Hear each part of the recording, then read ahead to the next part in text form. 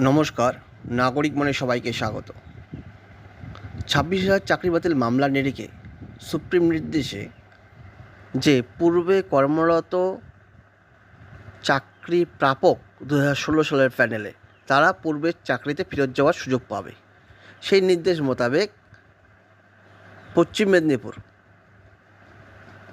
তাদের আগের কর্মরত প্রাইমারি স্কুলের যেসব শিক্ষক 2016-তে চাকরি পেয়েছিল তাদের পুনরায় প্রাইমারি স্কুলে ফেরত যাওয়ার জন্য যারা আবেদন করেছিল সেই আবেদনের নিরিখে রাজ্য সরকার কাজ করা শুরু করে দিল।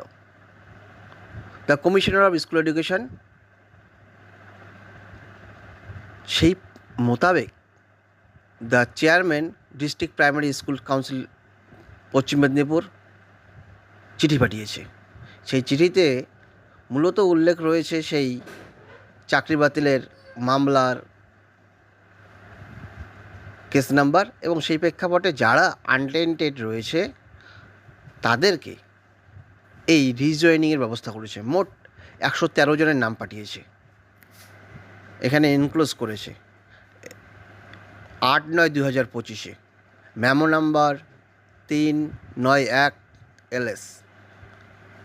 দেখুন কাদের কাদের নাম রয়েছে, এখানে যে নামগুলো রয়েছে মোট 138 জনের নাম এখানে রয়েছে।